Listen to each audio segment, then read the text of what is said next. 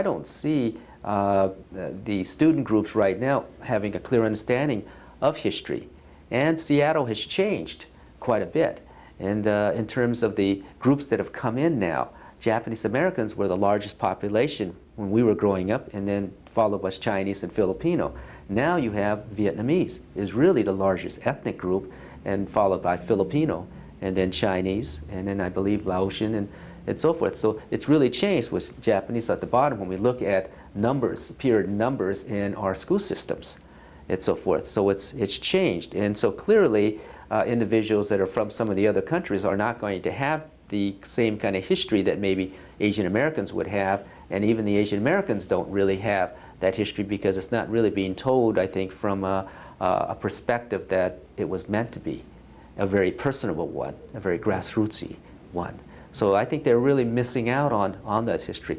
I talked to some students once before when I was speaking to a class and saying that we really need to understand the issues in the politics revolving around the Asian American movement. And one of the students said, why should we do that? Because after all, look, we have an Asian principal at our school. We have Asian counselors at our school. You know, we have these Asian heritage programs and so forth, and now we're included even in our history books. And I said, that's true. But they didn't come there because someone wanted them to just be there and all of a sudden they were there. They were there because of a movement pushed them there and created that. And if we want them to remain there, we need to continue working. But my speech just fell on deaf ears. We already have this.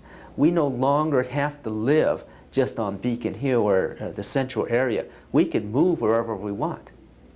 So I don't see the demonstrations as something that we should be doing now because we don't see discrimination. And quite frankly, from their perspective, they're probably right. It is not as overt as it was when we were growing up. It was very easy to see, and so forth. For these students, when they can take a look and see role models on TV, because we didn't have necessarily the, let's say, individuals that were on the news. And now when you turn the channel, just about every channel has an Asian woman on it, which is kind of curious. But nearly every single channel, right? I mean, you look at every single channel, they're all different. I don't even know them. There's a different one every time I turn the news on, and so forth. But you start to see in ads and so forth, and models within the, you look at Nordstrom's ads or the Bon Marche's ads and so forth, you see more of an ethnic appearance and so forth, which reflects this area, which is very smart.